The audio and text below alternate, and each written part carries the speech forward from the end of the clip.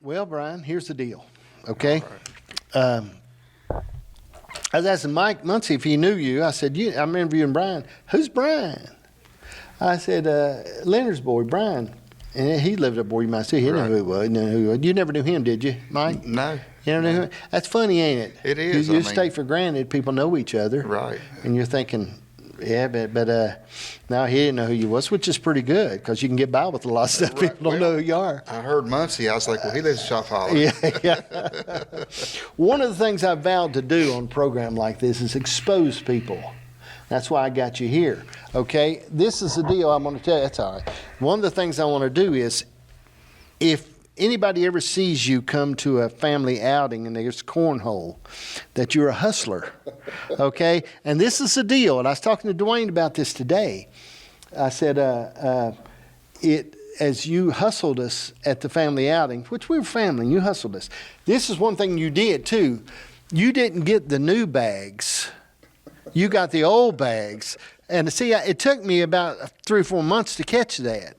You got the old bags because they weren't as slick. The new bean bags were slick. Okay? And if we ever let you come back again, right. And everybody's talking about it. Now, I put out a vote and nobody has said anything. But all you're going to get is 1 bag. 1 bag. Yeah, and everybody else is going to get 4. Okay. You're going to get 1 Dad Burn bean bag. What about 2? I mean. No. Now you're trying to negotiate. Dwayne said you would try that. Right. But I said, no. I said, we're going to have to pull this thing back. I said, because he's hustled us. And we may tie one arm or something, or tie your legs together. I don't know, but I can throw left-handed. we might cover your eyes. Okay, we're thinking, then you'll go by sound. But man, you cornhole, you took advantage of us. You just took advantage of the whole. You wore us out. Well, it was just something. I got. But you're good at it. When I got a new life, I didn't know what to do with myself, so I picked up a couple hobbies. Right. Oh man. I think about your daddy a lot, and I loved your daddy. Okay, your daddy was good to me. He just was always good to me. And Leonard was a funny fella. I think of so many things growing up. First thing I think about your dad. Your dad borrowed a car off my dad one time. It was a Galaxy 500, Ford Galaxy Maroon 500. And Leonard would borrow something, your dad would, and keep it. Okay. And he kept it like a year, okay? And he would charge gas to Dad because it was Dad's car. Right. And he brought it back one time and said it needed tires. I remember that like it's yesterday. I mean, but you couldn't help but love him. Oh, yeah. I loved him deeply, and I know he loved me, And I remember one time him and my mom got in a spat and she left. And I was like, well, I'm going to stay here, and that kind of took her for a loop, but I did. I loved him dearly. Yeah. I think about those things. I think about him growing up, and I think about it in life. And I know I've shared this story with you. One time, it was a guy there in town that was going to whip me for some reason. I don't know why he was going to whip me, and why would anybody want to whip me? But he was going to whip me. And I said he's going to whip me, and I was a little afraid of him. Big old man. He was older than me. I was maybe 150 pounds or so, and he was going to whip me. And I was at City Hall standing on the porch, and there he come. And I said, whoo, boy, I guess tonight's my night. Because I knew it was no sense I was going to get whipped. And he said, I'm here to whip your little blankety blank. And about that time, Leonard walked around the corner, and he said, I don't think it's going to work out quite like you think it is. That guy never said another word to me. Well, he was a good man to have on your side when that went down, for sure. Exactly. One night, him and I got in a fight in the mines, coal mines. I heard about that. 30 inches. And he roughed me up. He roughed me up, and I said, I finally got that old red steel-toed boot in the right place. And I said, no, you're going to hurt me. I said, but I'm going to give you a little jolt. And I said, but if you'll let me go, we'll call it even. Yeah. And we got stranded in the mines one time, me and him. We worked together a lot in the mines for some reason. And we got stranded in the mines. We was working in the mines, and we got up there and had a hole in the cable. It was wet, and we couldn't get out. everywhere we go, man, we get in juice. And it was we was working late, and we had to stay in there till next morning. Somebody come and finally radioed. Wow. And another time we was working together in the mines, and me and him, and these are memories I think about. And it was froze cold outside, frozen cold. You know, we was wet because we were working in water and everything. Come outside, and I had a Datsun pickup, and it was froze to the ground. It wouldn't move, and we had to walk home out of Warrior Mines at night, soaking wet. I got home and my overalls was just froze. I could hang them up. They were just crunched when I walked through there. Memories of something, ain't they? They are. And I tell you what, I liked your mom. Yeah, my mom. She had some good qualities. I tell you. She sure did. No matter where we ever lived, we lived in a clean home. Absolutely. I always had food to eat. You know, and she was kind of one of the people too. If you wanted somebody to have you back, she was the one to have there Scrappy. for sure. Yeah, she was scrappy, but yeah, she was tough. Raised with all them boys, I guess. Yeah. Your mom was good. Tell me who your mom was. Lucille Dash. Right. You know, she grew up around war, and yeah, she was my mama, and loved her dearly too. Yeah. She passed away there a few years ago. It's tough. I was newly saved. I've been saved for like 2 months. And, you know, mom and dad, they kind of lived a hard life, you know, self-imposed hard life. Right. And I seen some things and learned some things that I probably shouldn't have learned, but I always kind of blamed them for the way I turned out and everything. But she was on life support, and I went in there to see her. And for the first time in my life, I asked a question: "What happened to you, Mom? What led you down this road?" And I had never done that before. It was always about me, and that's when I knew. That's when I knew I was different. You know, I was able to forgive her, and and be honest with the lifestyle they chose. They did a pretty good job. You know, with me, so. Yeah. I tell you what she was. She was always so kind to me. Yeah. I mean, I can never think of a cross word with me. I mean, I never think of she was always nice and good to me. And I remember many of Sunday dinner at the farm, her sitting there. I remember us all up there eating together. And I mean, I think about those things in my life, and I think about the history of that and how important that was. And I think kindness, people forget how far kindness will go. I mean, you might kick an old dog, but if you'll pet it, it'll come back to you in just a little while. Right. And how much we are, if we'll just be kind to people a little bit. And I cannot, to me, I don't remember one bad thing about her, okay? Yeah. There's not a bad memory. There's not a harsh word.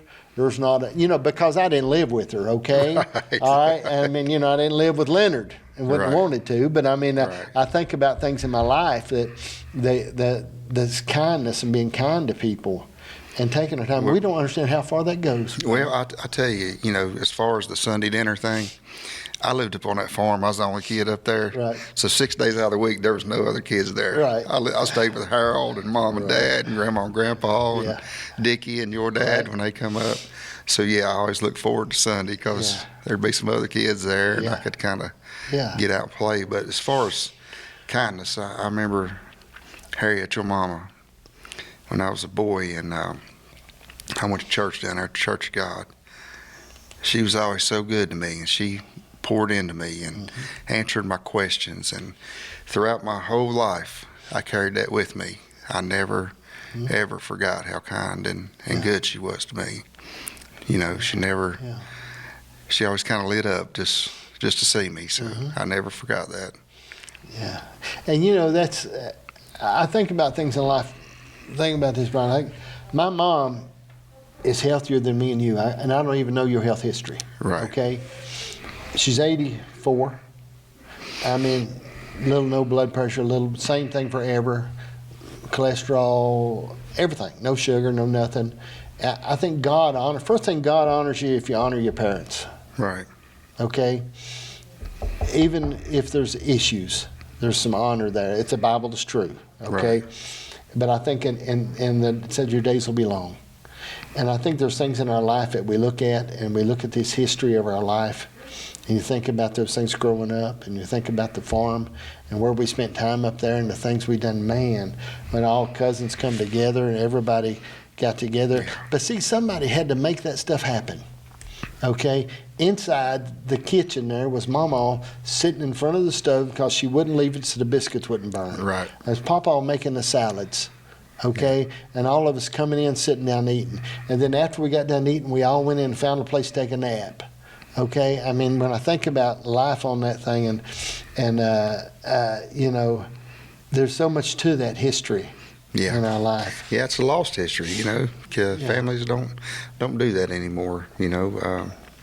And on my mom's side of the family too, you know, she had 10 children, and there was probably 30 cousins, and you know, and that was like the highlights of my year, you know, when we all got together and sit down and ate and hung out and caught up and all those kind of things. So, yeah, that's always been a big part of my life, is being around family. And, you know, you got to make that stuff happen. Yeah. I mean, I was telling somebody that I use the word a lot. I call them markers in life. If you don't have a marker, life just goes through. You have to have times. If it's Christmas, Thanksgiving, or the 4th of July when you took advantage of us, we got to have times in our life, okay, that we set aside, and we say, let's come together and let's do this. And you have to work on make that happen. Right. Memories don't just happen all the time. Right, yeah. Like I said, I remember that go-kart. We run the wheels off that thing. Nothing left of it. You know what I mean? And Dwayne talked about the other day, we were talking about how we almost killed cousin after cousin. We think the things that we did, and how we spent time with each other, and how we enjoyed it. And no, we didn't enjoy it at the time, really. I don't think we understood it, and you know what I mean? You know, there were some cousins you didn't want around at certain times, but you think about times that you really enjoyed it, and but you didn't know they were that valuable of a memory. Right. And so what commitment are you making with these boys you got? And I loved what you said the other day with your boys. This will not end except in bloodshed when they get to wrestling. Get going. Well, it's either tears or bloodshed. Yeah. That's how that goes. But no, like I said, you know, Mom and Dad, they didn't want me to do wrong, but they didn't set the example. So, you know, with my boys, I'm home at 4:30 every day. Make sure we sit down and have dinner together. You know, now that I, you know, am saved and walking with the Lord, you know, when I'm wrong or I fail, I let them know that I'm wrong or I fail. Right. I don't try to be something that they could never attain. And I try to use every situation as a teaching moment, you know. Just try to give them a life that I didn't have, really, you know. And just my only thing I want out of life is for my children to follow the Lord. And, you know, that's it. He'll take care of the rest of it. You know, really, that's it. And that's my job, and lead them in the way they should go, you know. So, yeah, my wife and my boys are. You got a good wife. I really like her, man. Man, trust me. I mean, now she's better than you are. Okay, there's something there, man. I watch her, and I'm thinking you have tricked her. Honey, if you're watching this, I definitely married up. I mean, when meeting her, I really liked her when I met her, and I really liked her. She fit right into the family, just fall right in, just like it. But you know, and we make everybody we take our time, but she just fell right in. Just as easy. She's like that. I'm kind of standoffish and backwards, and you know, I don't like to talk a whole lot, really. But she don't meet any strangers. She's kind to everybody she meets, and yeah, the Lord did that. He made that happen, because I'd have messed that up. Right. And my wife and Janice and I were engaged 2 weeks. Yeah. You know, and you know what I figured though in my life? I said, you know, if I don't settle down and get a good woman, I'll never amount to nothing. Right. I mean, you know, I could still be successful financially, or I still could do other stuff. But I said, you know, as far as my life, if I don't settle down and marry a good woman, and when I met her, I knew she was a good woman. Yeah. And she was, and I loved her and all that and all the romance stuff. I got all that figured out. But I'm telling you, the thing about it is, you know, people, guys, men sometimes, and I know there's a lot that happens in this world now. It's different, but they fool with a nut, a crazy woman, Right. thinking she's going to get better. Right. And, you know, a man will marry a woman most of the time thinking she'll never change, and a woman marries a man sure she can change him. Right. Okay? But when you fool with a nut, it's going to be a nut. Okay? Right. And it's all right. I like for them to find each other. A crazy man and a crazy woman. You want them to be together so they don't mess up two other people. But out there, when you fool, I think what a man wants when he comes home, he wants peace. He wants quiet. Okay, I mean, not like you're not talking or anything, but he wants peace when he comes home into a home. He don't want confusion and anarchy. Right. And well, that's you know, like, to be honest, every relationship I was ever in, I never truly loved them. Mm-hmm. Actually, I probably never truly loved anybody until, you know, until I learned what love really was. Right. You know, I love people for what I could gain. Right. You know what I mean? Mm-hmm. That was kind of my motive. But now, you know, like me and my wife, our marriage works because we followed the instructions, and I don't take things so personal. Right. I understand that we're living in a fallen world, and right. Sunday, like when I'm off or something, you know, she'll say, "Honey, have you prayed today? Right.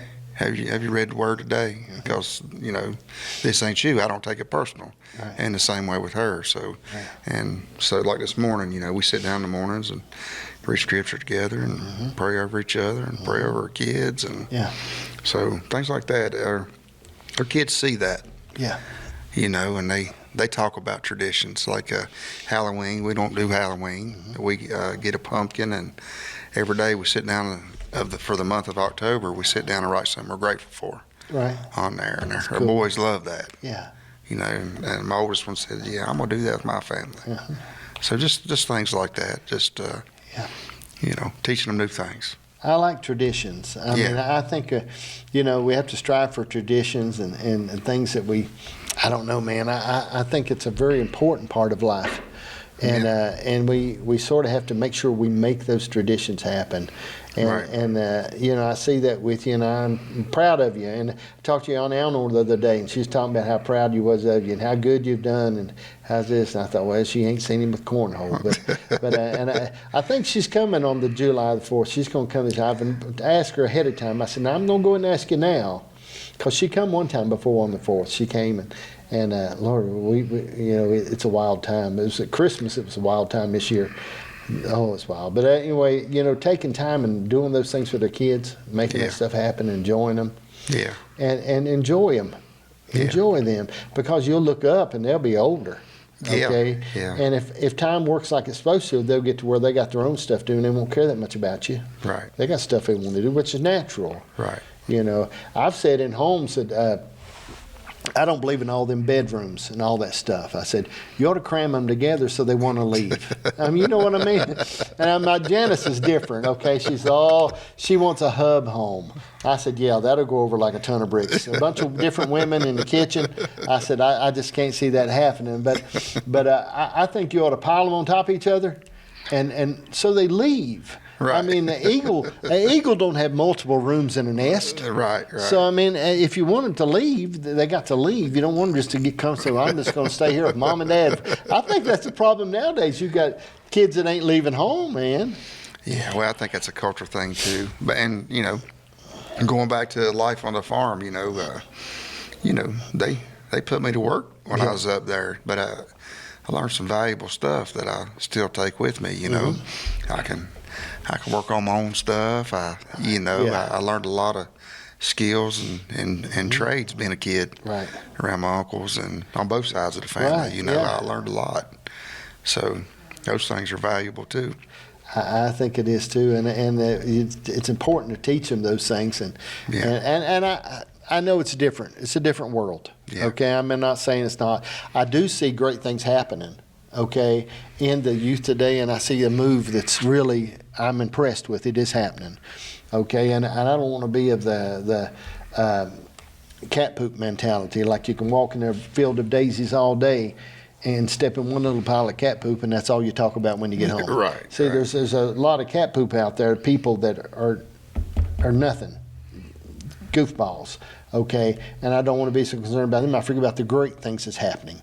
There's more people being added to the kingdom now than there ever has been. There's a move among young men that there hasn't been in years. Yeah. Okay. Now there's and I don't even know those generations, the Z's from the X's from the Y's. I don't know them, but I mean I see this happening in their lives, and I see a different thing going on, and it brings me hope.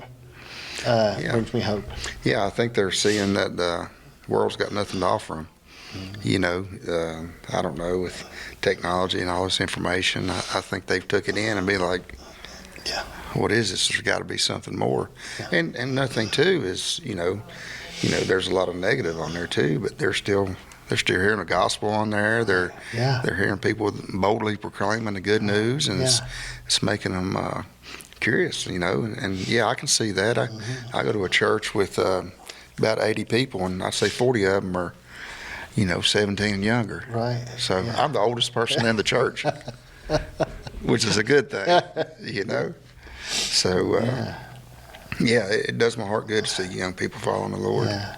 I see a young lady I follow. I don't know if it's TikTok or where I follow her at. I get all my education from these places, but and she got saved recently. She had millions of followers, and she talks sort of loud. She's got a real way of talking. She's got a lot of tattoos and stuff on her, but she's young anyway, and she's talking about, she says a lot of things. She'll come on boldly, talking about following the Lord. And she said, I left my videos up of what I used to be so you can see where I've been. Right. And see where I am. Right. And then she'll come on, and I mean, stuff like that I see is proclaimed.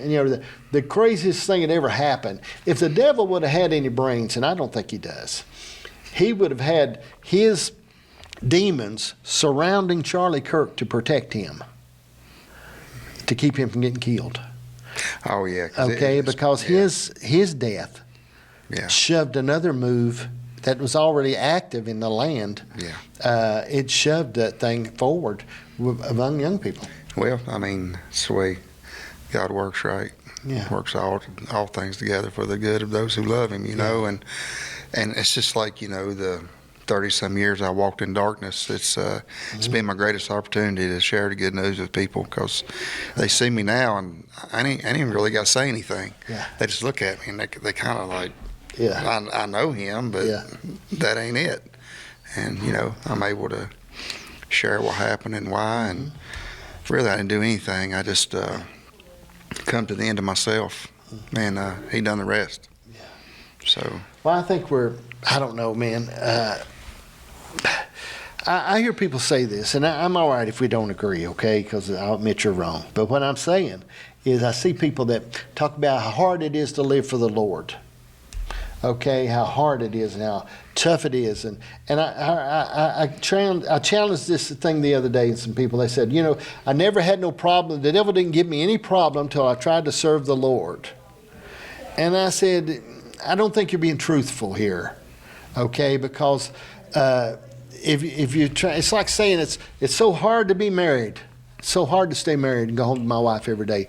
Well, how stupid is that?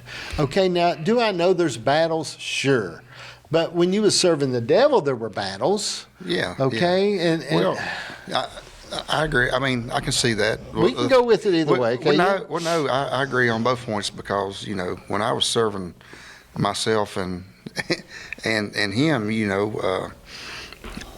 being a drug addict's tough. I mean, every waking moment of every day, your mind is consumed on how am I going to get more. Right. And you talk about being a slave. You know what I mean? It's slavery, and it's there's no hope in anything, And now, once I understood my identity, now that I know who I am, then those things lose their power. Do I still struggle with things? Absolutely. Sure. Absolutely. Does some of the old stuff thinking come back? Yeah, but I know where to go to for the answers. You know what I mean? So I'll put it this way. I can't do what I used to do. Right. If I do veer off the straight line, it hurts. Right. It don't feel right. And you have the Holy Spirit and the Word to guide you back to where you should go. Where before I had no voice, just stumbling around in the dark, following my own logic and what was right to me. And, it led to a whole bunch of consequences for a long, long time. Yeah. So. Makes sense. Yeah, but, I can see the point. It's not easy. I get it. Because really, you're not really fighting the enemy. You're really just fighting yourself. Well, and it's not easy. It's not easy to spend more money than you make. You want to do that. It's not easy not to slap people sometimes when you want to slap somebody. Okay, it's not easy to say, Janice and I have battles sometimes, and Kelsey, okay, she's with me too when we do it. They want to get in everybody's business, okay? Like if I drive by a yard and they got a lot of junk out there, they say, we need to call somebody about that. I said, honey, this is America. If you want to have junk in your yard, or if somebody leaves their car too far out in the road, down the street, we ought to call us. I said, no, maybe one day we'll have our car out in the road, okay? So, what we got to look at in this thing, there's some things that are hard to resist, okay? I understand that. The Bible said you got to bridle your tongue. Right. And I know there's challenges that we have, but sometimes I think these things, it's like people just always talk about it. It's such an excuse about the devil. The devil is always doing this. I went to a church one time and I told him, I said, I listened to your guys' testimony before I ministered. And I said, I got a vision of a devil tied up in the corner up there with some chains, and he'd like to leave here if y'all would let him. Because you're claiming all of your faults and failures and excuses on him. Right. But the devil, he said if you resist him, Brian, he will flee. He'll flee. Yeah. Okay? So what do you think? Well, in the same, James, he talks about the same things. Remember that it comes from our own evil desires. That's where it comes from. To be honest, all the devil can do is dangle the carrot. Right. That's the only power he has over you. But when you understand it's you and your spirit and your flesh, that's the battle that goes on in your mind. Like, before in my old life, when my flesh said I wanted something, my mind said go get it. Right. But being transformed by the renewing of your mind thing is now when my flesh wants something, I got to go to my mind where the Holy Spirit lives, and he's like, that's not for you. Right. So there's a difference. There's a voice of reason up there besides my own. That's great wisdom. So there is. That's kind of you got to be intentional. I don't think you can carry out this walk half-heartedly.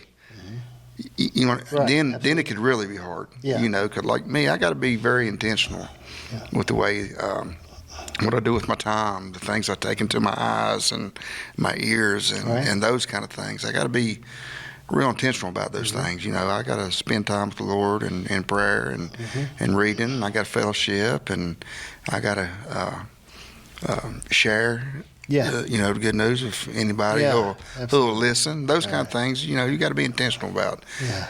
It makes you more aware. I agree. I think that. And I think let's talk about this. I think one of the challenges is the people that you're around. I try to spend time. Make sure I purposely spend time in my life with successful people in areas. Right. Now, to me, I have a big thing that I share. Success has so little to do with money, as far as I'm concerned. It has all to do with choice. Right. Okay? So when I say I want to be around successful people, I want to be people that can choose to be free. Right. Okay? And I think that there's things that bring freedom where you can choose to be free. But being around some people can greatly cause things to work worse. If you get around somebody that wants to slap somebody all the time and wants to beat this person up and wants to do this, it ain't long till you want to fight with them. Right. Okay? Well, and the Bible warns about that too, about who you surround yourself with. I heard a saying one time, says you're the average of the 5 people you spend the most time with. So you need to choose wisely. Right. I heard that, and that makes all the sense in the world.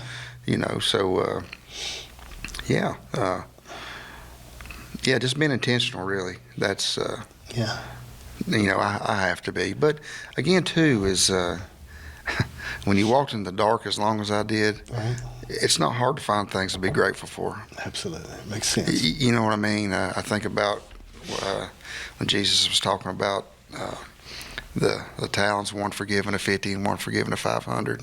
Which one do you think would be more grateful? And I got a lot to be forgiven for, and I'm grateful for little tiny things, that peace. Yeah. It's so valuable, buddy. To just, family comes to my house for Christmas and Thanksgiving. Things like that, So, when I get to feeling selfish or any kind of way, all I got to do is look back 5 minutes ago and just remember what he's done in my life. So, I admire that. I think that's so valuable that we do that and we say, listen, I know what I've been through, and I'm not going to be easily tricked. I mean, when you go through things and you learn something, I think the Lord forgives and forgets, but we just forgive. If we forget, we'd be as dumb as we was the first time we went through the situation. Right. And I've always tried to make sure I hold on just a little bit and remember what these things and remember what goes on. Yeah. And as I was sharing with Mike a minute ago, sometimes you got to take a breath and say, hold on just a minute. Let me see where I am, and let me just sort of ease back a little bit, not get in such a hurry, and give it a minute or two, okay? Yeah. You can't put gas in your car going 70 miles an hour, right? No. You got to take. You're right. You got to take time and say, I'm gonna let myself take a breath. Well, and two, I think for any Christian man, I think it's our responsibility to, evaluate where we're at. I think we need to stop every now and then and Bible makes it clear where you should be, you know what I mean? And just kind of evaluate, like, where am I at? I don't want to walk through life without purpose and being intentional. I've done that long enough. Right. So, just sit back and evaluate where you're at.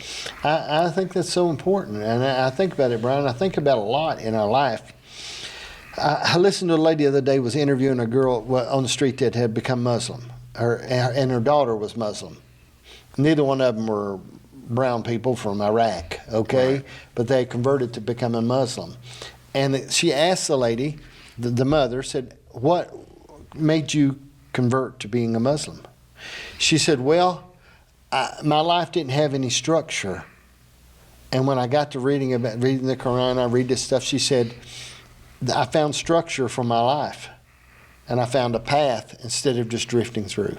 Right. And I thought, man, see, because what we do sometimes is this gospel seems to be projected sometimes as how you feel and what's going on and blah, blah, blah, blah, blah, instead of there are a set of rules in this Bible that says this is wrong and this is right. Right. And it don't give a flip about how you feel. Right. You can feel any way you want to feel, and I loose myself to feel. Right. I loose myself to think, and I loose myself to feel, but I control what I do. Right. And I think so many times we think when we look at this, some churches I know now that are growing are hard structured, okay? Right. I'm talking about long skirts, long hair, long sleeves, and a T-shirt under your shirt, okay? And they seem to be growing because I think there's a thirst for structure. I think goes both ways. I think milk drinkers, there's nothing wrong with bringing them in, and you know what I mean. I think sometimes you can drive them away with some of that. I get that, but to a mature Christian, the more you understand what the Word says, and you the more you begin to understand. Right. Listen, I want to leave a service convicted and challenged. Right. I don't want to leave feeling better than I did when I come in. Does that make sense? Absolutely. Yeah, I understand grace. Trust me. Yeah. Me being here right now is God's grace. I understand that. But, there's still areas of my life that I need improvement and work in. And that's the message I want to hear, Right. so. And I think there's a balance in this we're talking about, I think okay? so. I think so. My wife says, and Cheryl says, I'll make excuses for Charles Manson. Okay, I'm big on making excuses for people. And when I pastored the church, I'm very merciful with people and talking to people and trying to go out. Now, I'm a little bit off in some things.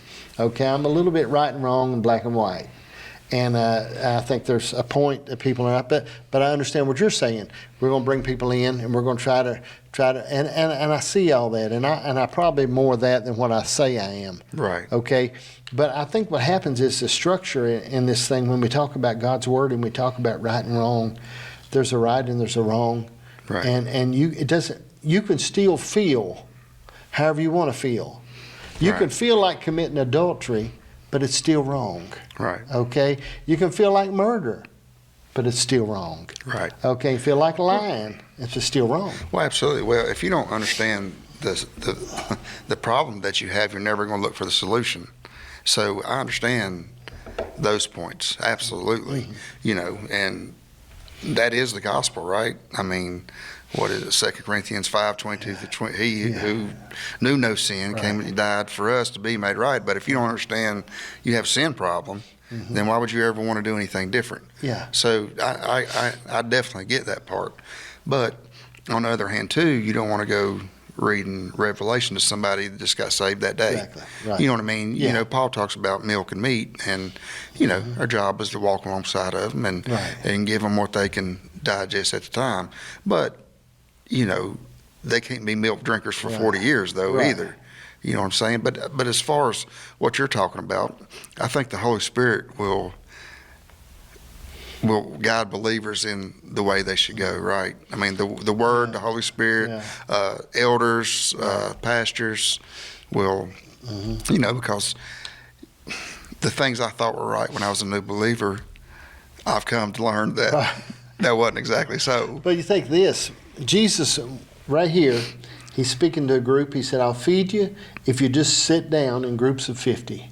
Right. No big deal. Who can't do that? Right. Then he goes over here just a day later and says, you've got to eat my flesh and drink my blood. Right. So he's dealing with these people different. I understand. Yeah. He's dealing with, and I say, this is my thing. God's got a wrench for every nut. Okay? Right. And he'll adjust us and he'll work with us. Well, he knew the hearts of the people he was talking to, too, right? Right. Right? Absolutely. Yeah. He knew that they wasn't, once he said that, he knew they were going to flee. How many people you think, though, didn't sit down? I mean, there had to be people that didn't sit down that said, you're not bossing me around. I'm sure. Who's this guy from Galilee going to boss me around just to get a little fish and bread? I'll eat somewhere else. Right. Right. But, that's, again, the Bible says that, God draws you first. That's something I struggle with. Right. Why has my eyes been opened and my ears been opened and other people's not? I still ponder that. I think it's real simple. And I can sum it up for you. I can get the revelation of life. My sheep know my voice. Right. And I'm going to tell you this. Some people could never follow him. And I've had people argue with me about this. I said, some people could never follow Christ because they're not his. Right. He died for all, I believe, with all of my heart. Right. But I believe some don't belong to him. Right. He died for the world. But I believe there's people, and that's why it had to come, okay? There was a part of you that was, this, it was there in the beginning. And when God he's got to pulling on that. All hell had to turn loose of you. Everything had to turn loose of you. Everything you felt like and wanted and thought about, it had to let go as he pulled you out of that thing. That God part that was with him. That flesh part's still there. Oh, yeah. We still have those things. Yeah. I mean, I don't know. And that's what I think. I think that so many times, and I've talked to people that didn't belong to him, that they couldn't understand nothing about what we're saying. Right. They're looking at a blueprint of a Chevrolet and they're driving a Ford, okay, and they just can't grasp it. Right.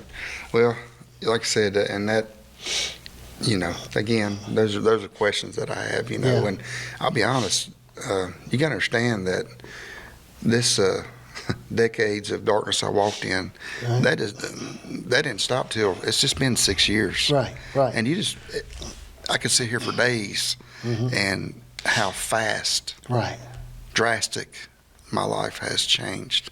Yeah. It's been mind blowing. He continues to just blow my mind. But I always believed that there was a creator.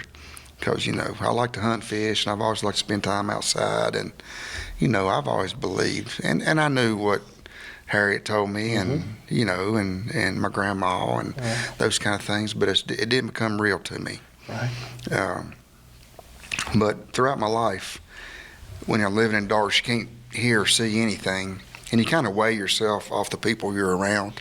You know, well, I'm not as bad as such and such, or they do it, so I can do it too. And throughout my life, it's like God would put his hand on my shoulder and open my eyes and let me see it for what it was. And then I'd have a choice. But most of the time, I stick my fingers in my ears and go la, la, la, la, la, you know, and keep on doing things my way. But I was sitting in an old house I bought in a bedroom, and he put his hand on my shoulder and opened my eyes. And I knew it was going to be the last time I heard his voice. So I went and got my truck and drove to a detox center where I spent 40 days. That's unheard of. Yeah, I had nurses watching over me, making sure I wasn't going to die. And but something happened during those 40 days. Like I meant it. I was willing to do anything to not live that way ever again. But somewhere I gathered, you know, his strength got me through it. And I went to this other treatment center, and these guys come in telling their testimony. And they lived the way I did, and began to talk about how God had set them free. And they had a little worship service, and my hands just started going up. Yeah. You know, and he was already setting all this in motion. I just didn't know it. And then I had went to this other place, and this big old guy come pick me up, big muscular guy, you know, been in prison and all this stuff. And that's the first person I truly ever saw Jesus in. He would see somebody hurting, he would pull that van over and run across 4 lanes of traffic to go love on them. Yeah. I said, man, is this guy for real? Is that for real? And I began to ask questions, and he began to tell me about the Lord and gave me scripture to read, and I read Galatians 5. Not the fruits of the Spirit, but the fruits of the flesh. I always wondered, like, how do I keep eating it? I mean, I wasn't a bad kid. You know what I mean? Why does this keep happening? And I read, when you follow the desires of your sinful nature, the results are very clear. And I read the list. It was like my whole life was explained in one verse. And then I'll never forget, I looked back down on that paper and I seen, but the Holy Spirit produces love and joy and peace. And I was like, man, I've been looking for that my whole life. And I made a decision that I'll follow him for the rest of my life. And he set me up on solid ground, and he's blessed me not just with stuff and wife and kids, but peace. And I had love for other people, and just, you know, I'm most grateful to be able to see and hear. That's the thing I'm most grateful for. I'm telling you something, man. It's tremendous what God can do. And back to it, he's got a wrench for every nut. He can adjust you, and he knows where you're at. I always knew where you was your whole life, and he knew. Tell me this: where are you living? What are you doing? Where are you working? What's happening? Okay, I'm back in McDowell County, West Virginia, where it all started. Where I go to church at, I was born 300 yards from there. And the jail was 300 yards from there. So I was born, ended up in jail, and now I'm over here in church. But now I got saved in North Carolina and got married, and had a little briar, and had a construction business down there. And as far as the world's concerned, I was doing real good, you know. I lived in a nice, pretty house and all those things. But a buddy of mine called me about McDowell County. He wanted me to come see what he had going on. I was like, yeah, you know, I get time, I'll come up there and see you. Pretty much I was saying no, but politely. And I went to go to bed that night, and the Lord began to give me visions of people just coming to Jesus in droves in McDowell County. Like I couldn't sleep the whole night.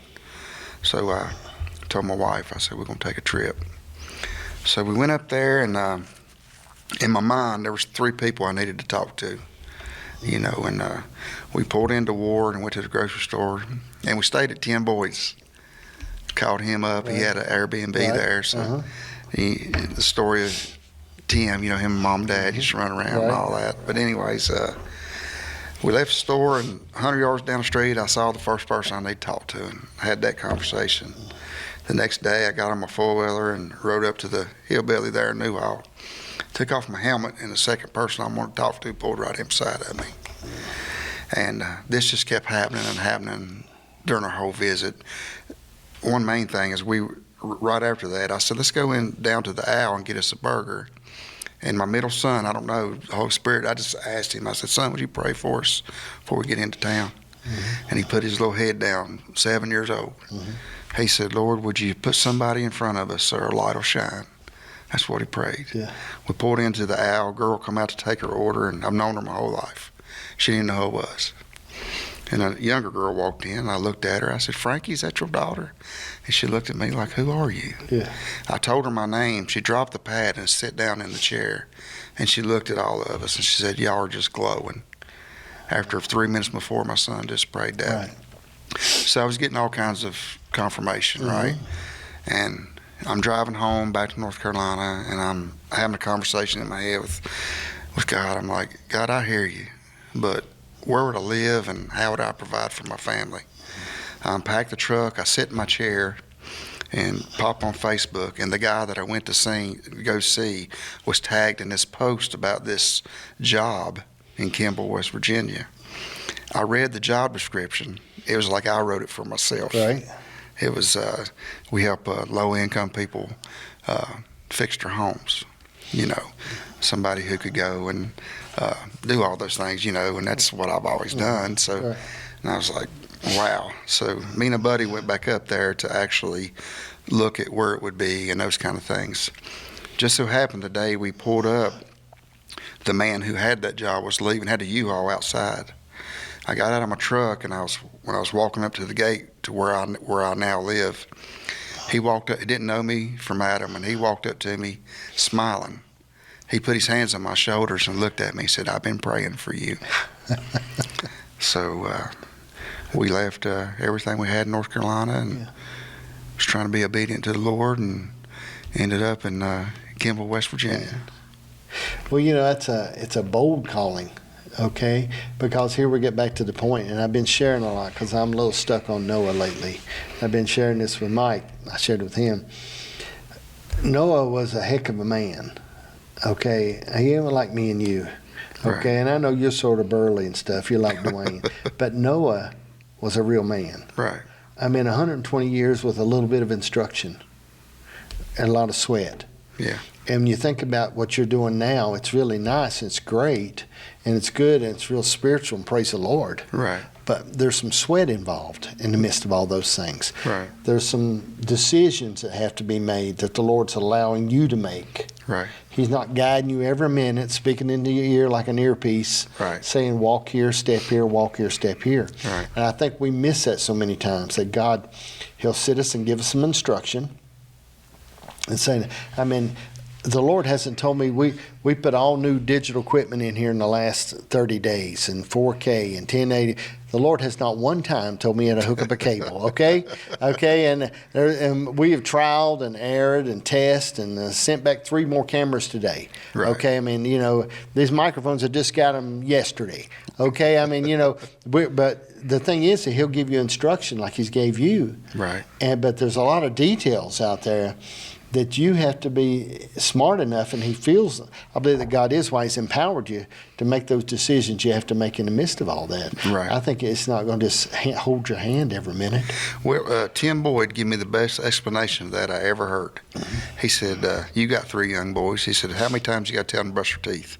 I said, over and over and over. How many times you got to tell them to make their bed? Yeah. I said, over and over and over. He said, but when they get older, you won't have to tell them to brush their teeth and make their bed anymore.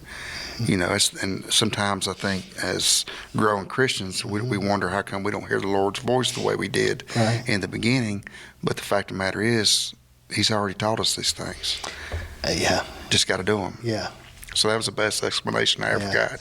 I think it makes a lot of sense. I think when you, when we think about those things. All right, so let's talk about this. When we talk about roots and family growing up, what are some things that really shaped you felt like shaped you now? And I know you had a journey, okay? Yeah. But this point you're at now that you look back on in your life and you think about, when you think about your roots and think about where you come from, I mean, is there anything? Well, yeah, I had to, Grandpa Dash was a great example of what a man, to me, still to this day, when I think of, if you look in the dictionary of the word man, his picture's in there to me. Yeah. Everything he did was black and white. It was kind of, hard work, give 10% to the Lord. I mean, he was faithful in the things that he did. But then I had my mom's side of the family. My grandma was the sweetest lady who ever lived. Who was your grandma? Levada Rife. And I never heard my grandmother say a bad word about anybody ever. You remember Elvis? He was going through town, and Mom was bad-mouthing him one day, and Grandma sit there and just listened. And when Mom got done talking, she said, "Yeah, but he sure can whistle." She's seen good in him. I always loved that about her. Yeah. And my grandpa, he was Rufus. He was an ornery fella, but he taught me a lot. He spent time with me. He took me to the woods. He took me fishing, took me to work with him, things like that. I learned a lot of things, but I'd say one man who truly gave me the confidence and probably in that stage of my life poured into me more than anybody else would be Dwayne. Dwayne, I was just getting into nonsense.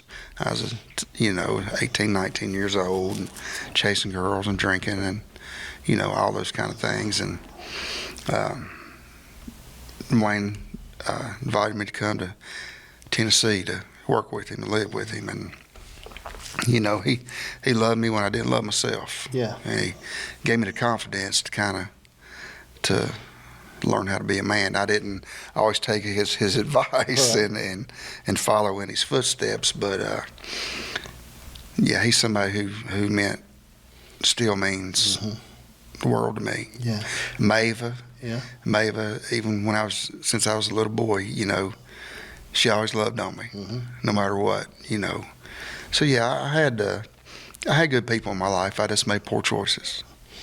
Well, I think that's, and Mavis just brags on you now whenever we talk about things, about going to be with you or see you, talk about you being there with us and things like that. She'll talk about it, and I don't know. I think about those people that really mark our life and come through those things, and and we undervalue those things at the moment, which I think is human. Yeah. I mean, we undervalue them. We think that's just part of life, but I think that's our nature. It's just people. We're like that. We can't.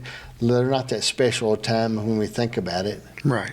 But as we go on, they are. Yeah. You look back, and except for my grandparents, these people are still in my life. If I have a deep question, I'll call Dwayne. And we'll talk for 3 hours on the phone. If I just want to sit down and talk, I can pull up Mavis' house anytime. And just to see the joy in their, you really know how much somebody loves you when they see you walk in darkness for so long, and then when you're transformed, when you see the joy in their face, that's special, Because I guarantee you both of them prayed for me for a long time. I guarantee you they did. They did. Dad burned Brian, I think he said 1 million times. I've heard him say it. Yeah. And, because, when we talk about it, it is a struggle. We come through things, man. And those people that still love us, now don't agree with us, but still love us as we're going through those things in our life. And I don't know, we think about it. What are some things when you think back as cousins and all of us together and all this stuff growing up? And I'm a lot older than you, but I mean, what are some things that were funny that stood out in your mind that you really, when you think back something like this was really, when you think about it, I know that's a hard thing. I always felt a little, you understand, with, Mom and Dad getting married and Dad not being my biological father, I always felt a little, you know what I mean? And it probably wasn't from nothing nobody did, but inside I always kind of felt a little on the outside. Right. Just to be honest about it, But I remember when you come around, it was always a good time because you like to talk and cut up and those kind of things. And I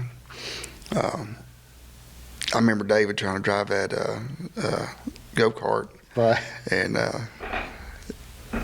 yeah, he any kind of agility he was not so good at. I think about the times that we spent together as kids and people growing up, and it all is a bit of a blur. Okay, I mean, I know the stuff that we go through, but I mean, we had a lot of times that we really enjoyed this.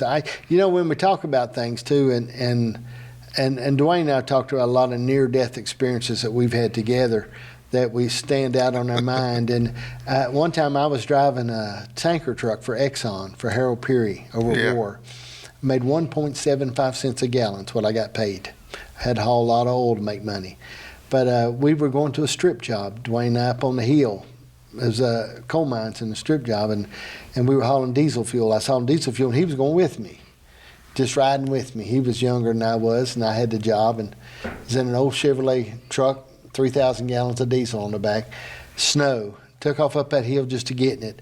I got almost up there, and it just spun and stopped. And I told him, I said, go up there and have him get the loader, get out of the truck and have him get the loader and come and hook to me and pull me up a hill. He got out and got about 10 feet in front of me, and the truck just took off backwards like a sled. 3,000 gallons of diesel. It just took off sliding, just like I was one of them bobsled people in the Olympics. And then it just swung around the front end and straightened up, straight down the hill. I'm just flying. It's sliding. So I just reached up and knocked it in neutral and let it go. And I was riding it, rode down the bottom of that hill. He just stepped out of it, and there it went. Then I turned back around again and got me a run ago, and I made it up there the next time.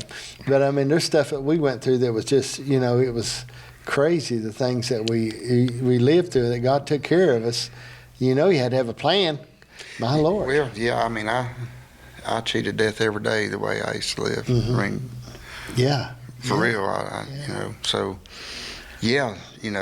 not knowing what the future held. Your dad told me one time, he said, talking about pain pills. Yeah. Because he had off trouble, his knees, his hips, and back. He said, it's the last thing I think about at night and the first thing I think about in the mornings. Yeah. And Dad, he he never did anything kind of halfway. Right. He took it to another level about everything he did, so. But now, your dad was emotional quick in some ways, okay? He was a little quick. Yeah. He was a little quick-natured. Yeah. Okay, Leonard would do that. And I think it could have been because he was the baby. Right. Okay, but he would get a little quick. Yeah. And but he was always sure-footed, but he would get a little quick. Yeah. Yeah, he was a talented fella too, man. He Can you do anything? Play guitar, do anything at all? Yeah, I play guitar a little bit, and I can't do nothing. I know how to, I can fix my own stuff and stuff like that. But I can't just. I give a lot of people credit for that. Right. Your dad, he had me up there working on the dozer and track whatever's broke down. Well, they were free labor. He didn't need me for nothing. He didn't need me for nothing. But I watched and paid attention. So I learned a lot. From them, for sure. I was talking to Mike Muncie, we were talking about, he said he learned how to hold the light a lot in the coal mines. He said he learned how to hold the light. He said he learned how to do it. But, all right, when we talk about challenges, if I had to say right now in your life, there's some challenges, or the challenges are things that you're really, now I'm going to move some things off the table for you, though, that you can't use, okay?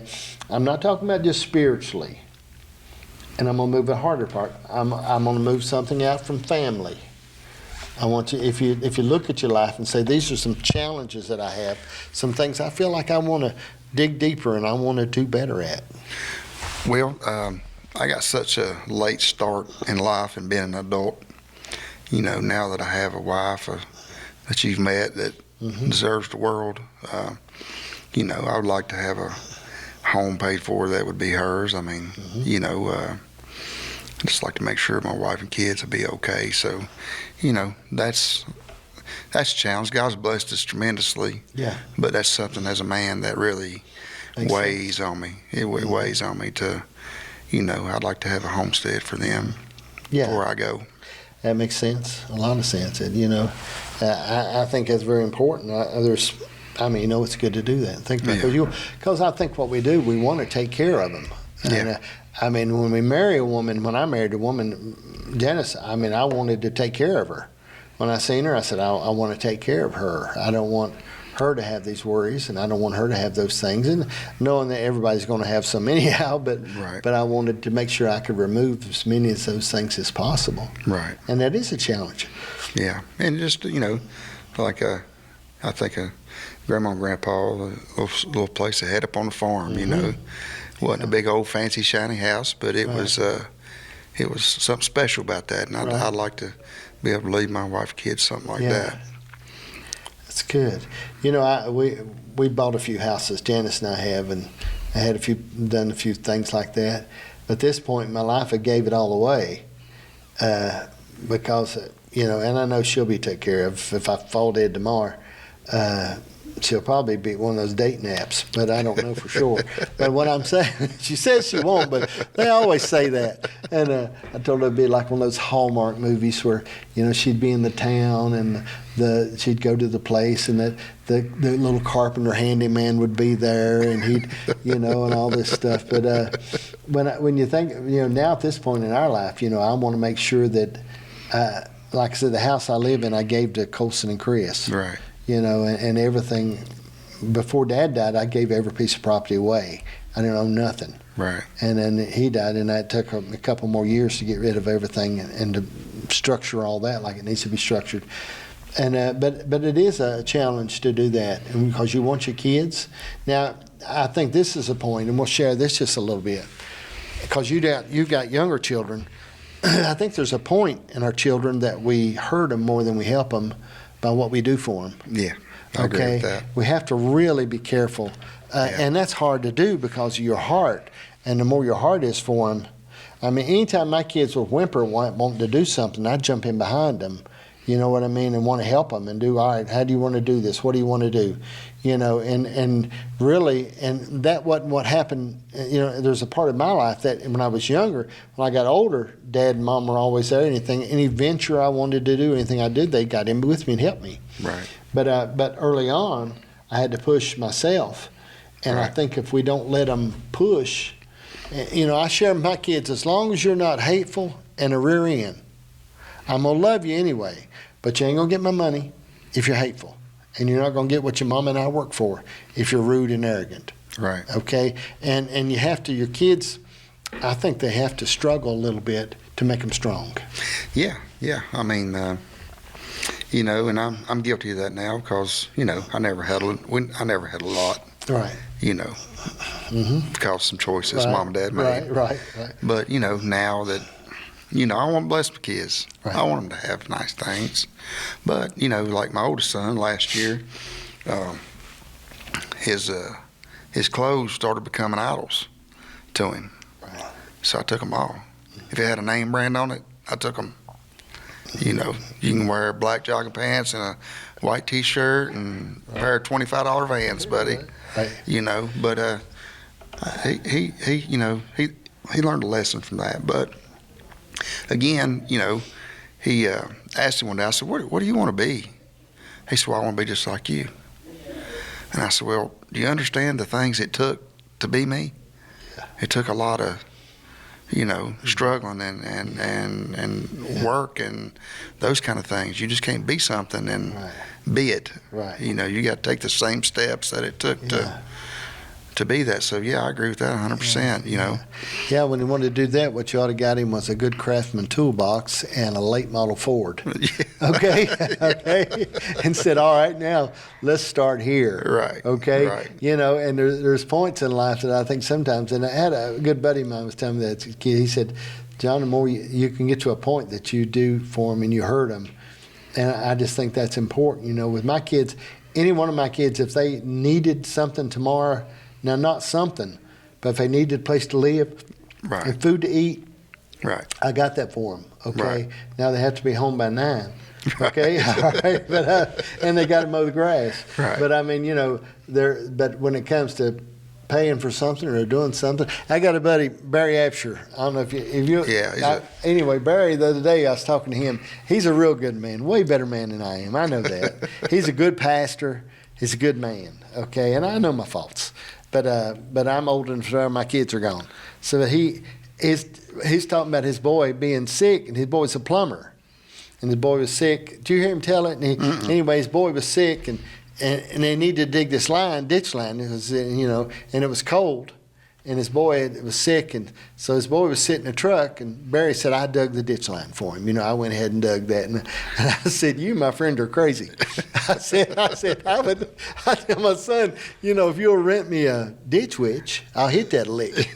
But I'm not going to tell my son, hey, I'll dig that ditch line for you now. You just sit in this truck where it's warm. Right. So now, like I said, he's a better man, and I concede, okay, my faults and failures. But there's a point I think with our kids, and I'm not saying it's at that point, that's his decision, which I told him it was wrong.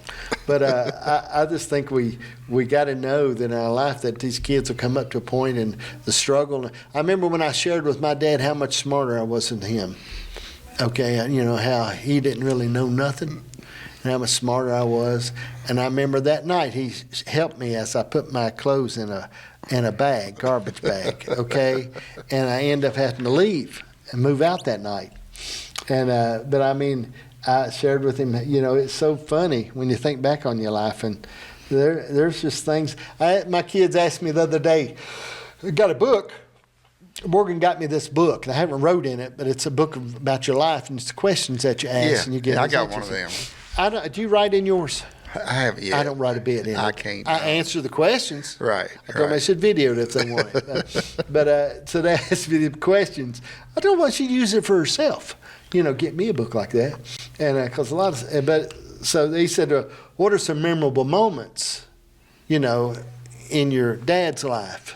And they asked me, and I thought, I said, we were down. We used to have to fix a stoker every night down at Sears. Go downstairs and fix a fire. I had to fill the stoker every night. I hated doing that, but it's just something I had to do. Go back in the back, get the coal, bring it back up, and fill the stoker up. And so I was filling the stoker up, and Dad went on up. And there was this guy that was a little bit aggravating. And so we come up the steps, and Dad had him by the neck. And his feet was off the ground, and Dad was slapping him with his right hand. Slap, slap, slap. And then Dad dropped him back down on the ground. And I said, I never forget that memorable moment. Oh, sure, he laid his hands on me and prayed for me. I got all that. But there's things that stand out in your mind.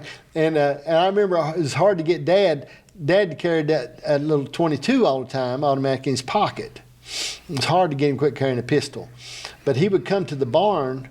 I seen him pull it out on a horse one time. He got that pistol out. And at the barn, Harold's chickens would get on the saddle, and Dad would shoot them. And he'd shoot their head off sometimes and throw them over the hill. And Harold never could figure out what's happened to his chickens. He's over there, And one time, and you've got great memories of Papa Dash and what a great man, and I understand all that. But one time I was coming home from the farm, walking, and it was on a Sunday. And I walked from Rift, walked back to War. Right. So I'm coming up the road walking. And as I'm walking along, I'm kicking stuff out in the road. Cans, rocks, out in the road, because it was really cool. Anyway, about halfway up there, he stopped and picked me up and said real bad words to me. He said, if I knew you done that, I would whip you all the way to War, West Virginia. He put me in the back of the truck. He only used bad words on me one time. Yeah. My cousin had given me this little recurve bow, and I was out in the field shooting that thing straight up in the air. Oh, God. And running from the arrows. And he was driving a maroon car at that time. I remember he pulled up out there, and his hand was shaking. He was doing this. Yeah, he had some. He had some choice words. Yeah, they had Dad said that was a hard time getting not to say those words. Yeah. One time I snuck across the bridge. He had a sawed-off shotgun. Had been cut off with a pipe cutter, and it had been plated. The barrel had like cadmium plated, nothing fancy. But I always wanted to shoot it, so I snuck across the bridge while they were gone, and I said, "I'm going to shoot that shotgun." and I carried it back across the bridge, and there was a telephone pole right over there where we had the horses and stuff. Anyway, I always had heard how the shotguns would knock you down. Right. You know, I'd seen it in the movies. So I said, I don't want to get knocked down, so I backed up against the telephone pole and put the shotgun here and had the telephone pole behind me. Well, I shot that thing, and I promise you, I could see the shot coming out of the gun, going into the weeds. When I did, 4 or 5 cows run out of the weeds. I knew I'd shot the cows. And I'm paralyzed in my right arm at the same time, okay? And the cows are running out of the weeds, and I'm trying to figure out how I'm going to get this shotgun back across the bridge. It was terrible. I remember that. Like it was just, those are, you know, there's really nice, beautiful memories, but I think about those memories stand out in my mind. Yeah. I remember one of my greatest with him was because I fished all the time up there. Right. Like I said, I was the only kid Right. up there, and I loved fish, so I was always fishing. And I remember one time he walked down to the bridge. I was down there fishing, and he brought this pole out, and I mean, this thing, I don't know what year this pole was made. And he come down there and asked me, he said, could you teach me how to fish? That was like the greatest day of my life. You know what I mean? I could teach my grandpa something. I was like, yes, sir, I sure can. You know, we really weren't hunters and fishermen. We weren't sports people.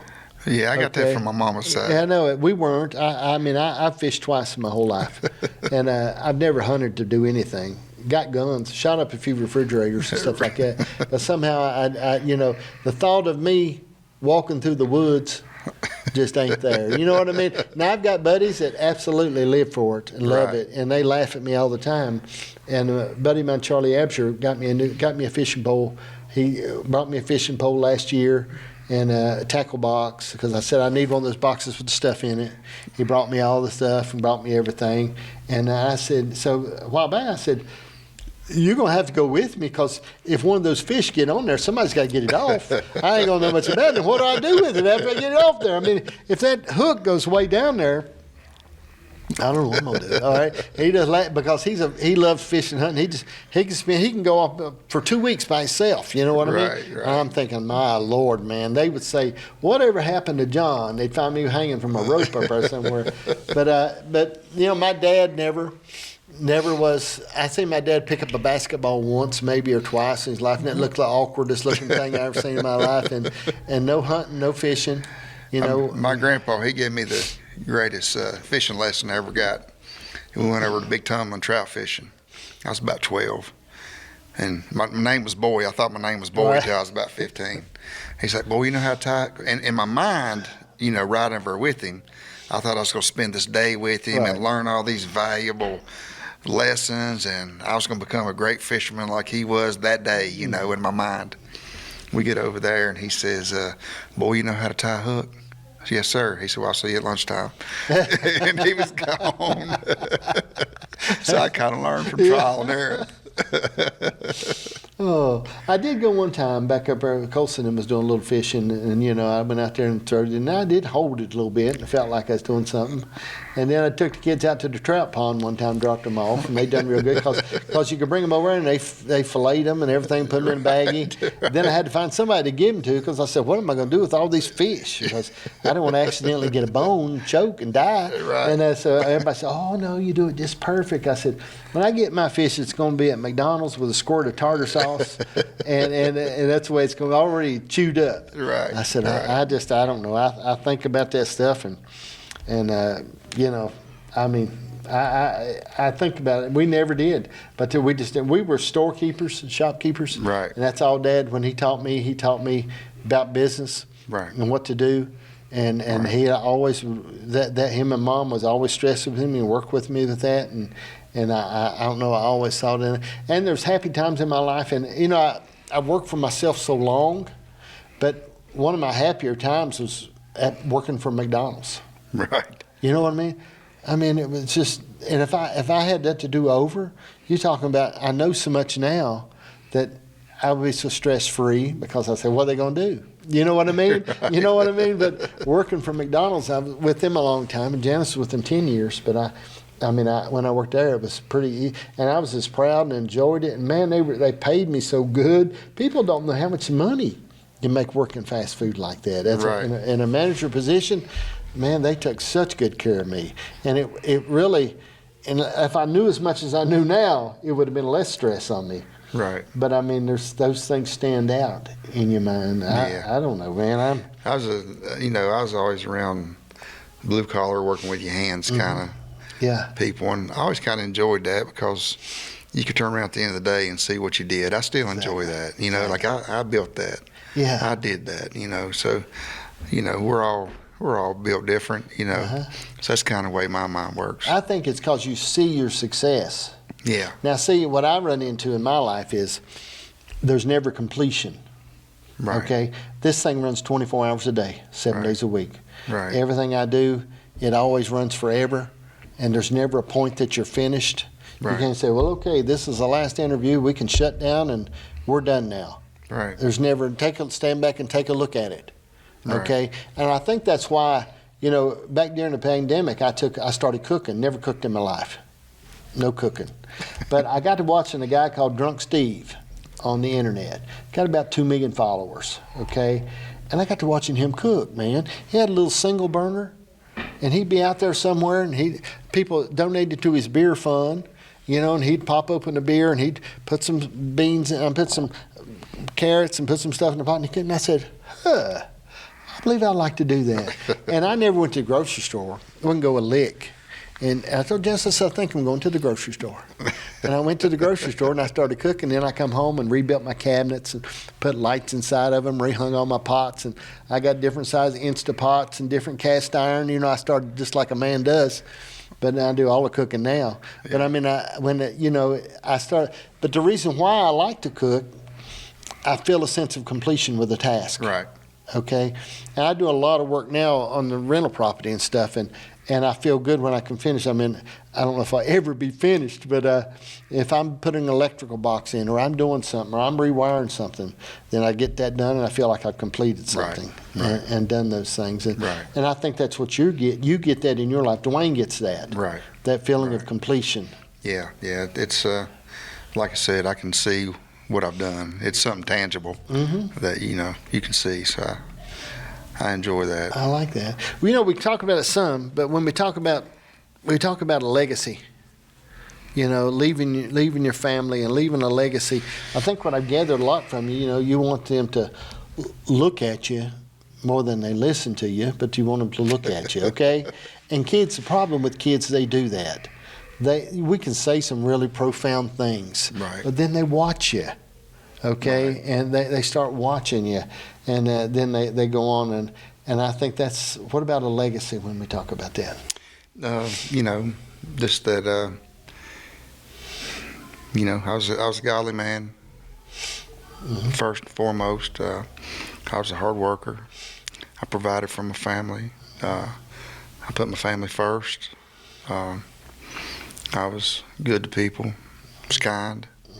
I just... those are things they'll carry with them, not, Dad had all this stuff, who was he as a man, so that's important because, when you have people that you looked up to and they didn't meet your expectations and they're gone, right, kind of bothers you a little bit.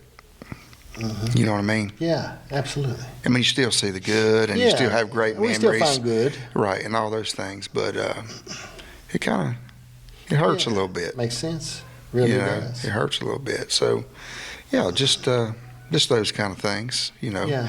And again, like I was saying earlier, I would like to, it says that we should be able to leave for, our children and our children's children, those kind of things. And I like to honor that, with my life, but well, at your age, that would be $1 million life insurance policy. I think that would work out good. Yeah, I think that's. I think that would be a good structured thing. When you wait till you're 49 to grow up, well, the insurance is going to be higher, but it's not impossible. But the thing is, she could get a condo at the beach. Right. Okay. Right. I mean, you might be wanting to stick her somewhere up in the mountains in McDowell County. Right. But maybe she'd like to be in Florida, where it's 81. when it's she's 18. coming around to this hillbilly life. You'd be surprised. So you're breaking her wheel. That's what you're saying. You sort of break her wheel and get her to where she. Yeah, Right. I know that. Janice, like I said, we were engaged 2 weeks, but when she was, we got married at War Church of God. No invitations, no nothing. You know what I Right. mean? We just come out of the room. Okay, but anyway, as she was coming over there, she had some of her friends with her from Tennessee that had come up with her. And people, it's a little bit of a culture shock. Right.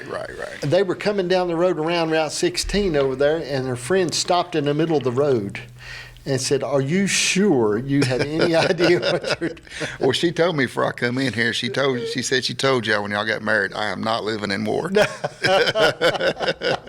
And she don't want to be buried at Hartwell, where the grave plots are reasonable. Right. I mean, they're very reasonable over there. I mean, but she said, "Please don't take me over there." I said, "They're so reasonable." So we're going to get some plots out here at Tazewell, which are going to cost double. Right. Okay, I'll have to get them on a credit card, try to pay for them. But I mean, she wants to get grave plots. She don't want the kids to have to drive so far. Yeah, I like the corner come. I think about that so much. We've got kin people buried over Creta. One of our great grandfathers is. Yeah. And there's not a marker on his grave, but Kenny knows where it is. And I'm gonna get him, and I believe Dickie knows where it is. I'm gonna go up there because I like to mark it. Right. It's buried up there in Creta, right up the end before you get to the ball camp. Yeah. But I mean, we talk, but I don't know if anybody, I've never stopped there and seen Dad up at Grandview. I blow my horn. I've stopped a couple times. I blow my horn. Seen everybody. And all my kin people's at Grandview, Right. so I can make a one stop and say hey to everybody. I'll tell you something, Matt Leonard was heavy. Yeah, he was a big fella. He was heavy carrying up a hill. He was heavy. I mean, it was real hard. I'm hoping Yeah. I lose weight before then. Yeah, it's the first time I ever experienced something like that. It's hard. I couldn't stop squalling for about 2 days. I was just, he was my age. Right. I mean, he was 52. He was my age. Yeah. And, I think about that sometimes. And then the parts that bother me is not, I wish him and Mom could have seen my life now Right. and got to experience these But grandbabies. he believed in you, okay? Yeah. Leonard believed in you. Yeah. And, he talked about you in that respect. I mean, he believed in you. He wasn't and Leonard reached out to a lot of people, man. People that he would leave at 11 o'clock at night and go somebody's home. Yeah. And to minister to them and do that. And when your dad passed away, Dad talked to him that night. He was sitting on that same couch the next morning. He was sitting right there. But I mean, that had to be tough. That's the greatest transformation I ever saw. Yeah. From one day to the next. Yes. And just he carried a Bible with him everywhere he went, and I'd see him out. He'd be telling everybody he knew. Yeah. And I get it. You get this new gift, you want to give it away. Right. Let me ask you this, and I've seen people get sick and die. And I've shared this with some other people, and I'm open for thoughts. Good people, love God. As far as our class is good people, godly people. Be sick for a year or whatever, and then die. Suffer, and then die. Then I've seen people leave like this, okay? My thoughts are, and I'm open, like I said, I asked some people in church one time, I said, if the Lord was going to take you right now, like you are, or he said, I'm going to give you 2 weeks to make sure you're ready, what would you do? Some of them said, bless God, no, take me now, sweet Jesus. And I said, you're crazy. I said, Lord, I'll take the 2 weeks. Because you think there's nothing interesting in your heart. You think everything's just perfect, and it's okay. And I know some people live close. I've not always been as close to the cross as I should be, but I could see it from where I was. Right. Okay? So I wonder sometimes, I've seen people get ready to meet the Lord that weren't ready. And they had things that maybe I couldn't see. And I don't believe the Lord made them sick to get them ready. I'm not saying that. Right. But I mean, what are your thoughts about that? It's real. I don't know. Sometimes, I think the Lord will get your attention however he sees fit. Mm-hmm. I had to go to some pretty dark places for him to get my attention. Right. So there could be something to that. Yeah. we could just be treasure in fragile clay jars too. You're right. I mean, I don't think he causes the sickness to happen. It's here. We cause that, through the fall of man. But who's to say? It's one of the questions that, Strange. it's something to ponder, and I think about it a lot. But I think it's one of those questions that we won't know until we know. I had a lady who went with me to the mission field one time. Real nice lady. Had 2 sons. Have I told you about this? So, because old people repeat themselves. But I was thinking about how she had one son that was a rascal. Right. She had another son, blue-eyed, blonde hair, graduated from Jimmy Swaggart's Bible College. She said he was never a lick of trouble. Perfect son. She said, he was just the apple of my eye. The other son, rotten.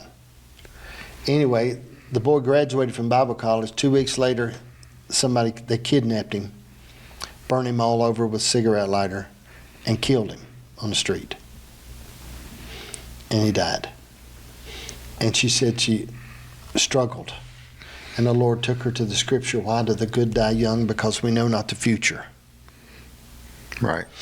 And I wonder sometimes when we look at life, and I understand you what I think. When I think about your dad, we don't know his future. Okay? Right. We don't know his struggles. But I believe the Lord loves us so much that for him, this life is not a test or a trial or someplace we choose.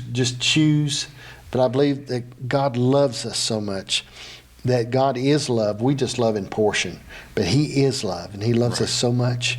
And I don't know, okay? I know in my heart, if it's somebody I loved, and if I looked at you today and thought, down the road, I could see the future, and I knew that you were going to stray.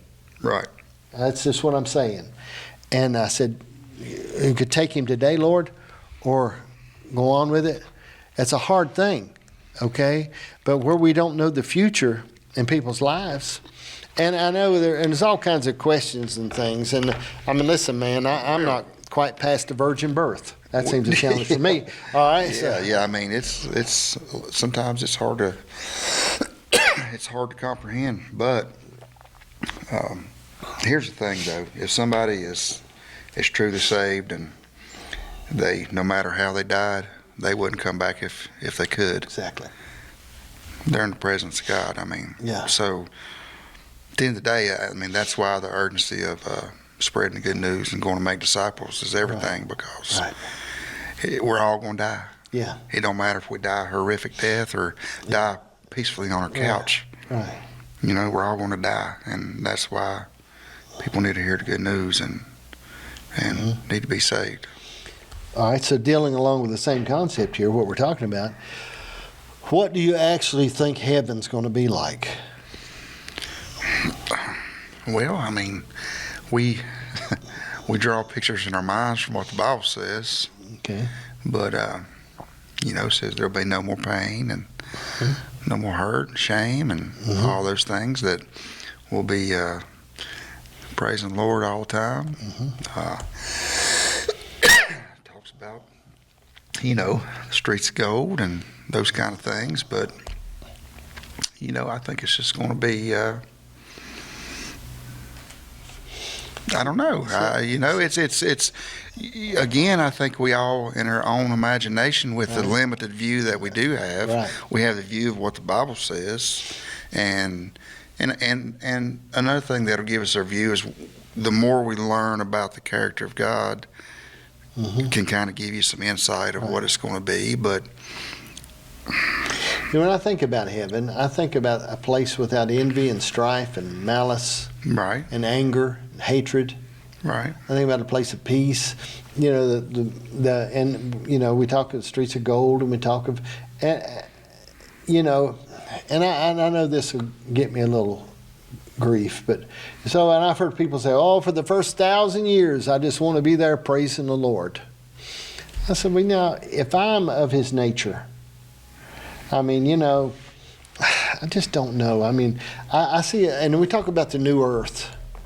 okay, and this recreation of this planet that we have vexed. Now, there's only 3% of this earth that's even habitable, okay, this earth we live in now. Between the oceans and the place that nobody can live, people don't think about it. There's only 3% of this earth that's actually even habitable, that people can live on.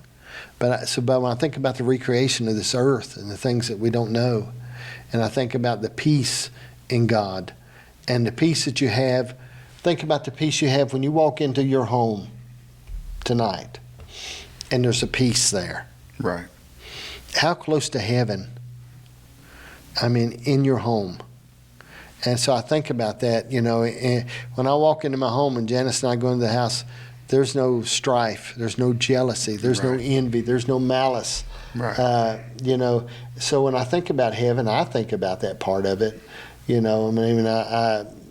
There's other things. I don't want no mansion. I don't even know if there'll be a mansion. I don't even know if you'd need it. There's no way. There'll be no flesh. Right. So, again, I guess you think about the fruits of the Spirit, it's kind of be like everybody's that. Yeah. Yeah. So, and again, I think we all draw our own conclusions and we ponder it and we think about it. I get a little upset when people start declaring it as absolute truth because the thing is none of us know. It's a mystery. I get aggravated, okay? And I know this. I know we as men try to look smart. Right.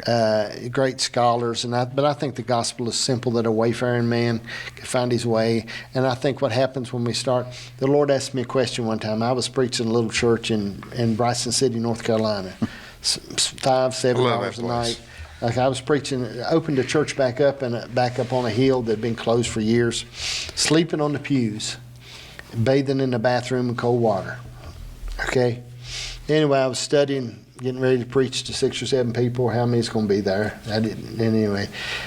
And I had my Greek and my Hebrew, and I had my stuff, and I was studying. And the Lord said, "I want to ask you a question, boy. If you open the pages tomorrow and they're all white, do you know my voice?" Do you know my voice? Yeah. And to me, it's so valuable. Well, all that. Paul talks about all that knowledge. He counts it as mere garbage. Yeah. And then, I think about what Jesus said. But we cast out demons in your name. Right. He says, depart from me. I don't know who you are. Yeah. That should. Well, it comes to the point, and I know I can't go on with this when we need to another time, but the word is still true if it's coming out of a donkey. Right. Okay? I've said that before. If you apply the principles of God and live like the devil, the principles are still true. Right. Okay? When it comes to giving, tithes and offerings and doing, these principles are true. Right. Okay, the word is no less true wherever it's at. Okay, it's still true, and I believe that sometimes we get to thinking, if you live holy enough, the word will work. I just don't know. Well, that's the thing too, though. Here's what I do know: that I'm going to tell you the heaviest season of my life, even heavier than living the way I used to live. I had a season in life where I tried to be righteous on my own power. Mm-hmm. That was the heaviest time I've ever had in my entire life. Yeah. You know what I mean? Because it don't come from me. Yeah. My righteousness don't come from me. Yeah. My righteousness comes through me. Yeah. And I had to learn that lesson the hard way. Yeah.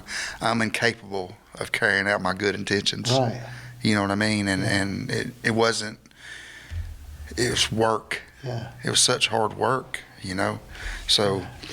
Yeah, that all comes from Him, not on our own.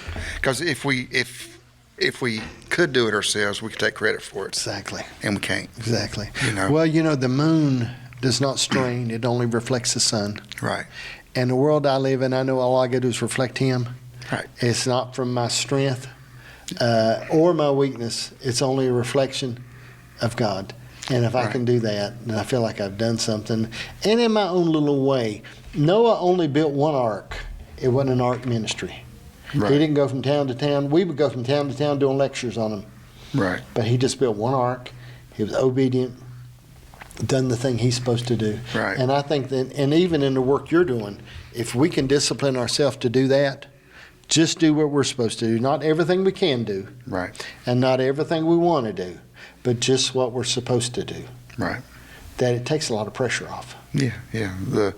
The church is supposed to have many parts, right? That's exactly. Just stay in your lane. Yeah. All right, man. We're going to sit down again one day, okay? Yeah, man. And you need to see if you can talk your wife into coming. Yeah, I think you would enjoy talking. She's way more enjoyable to talk to than I am. Well, that's a short journey. I understand that. But ask her and see if she will. Okay. Okay. Yeah, I'm sure she would. And I want to schedule her to come and sit down Absolutely. with me. And Absolutely. And we'll get the truth to a lot of things that we need to find out. Yeah. Yeah, she'll tell you too.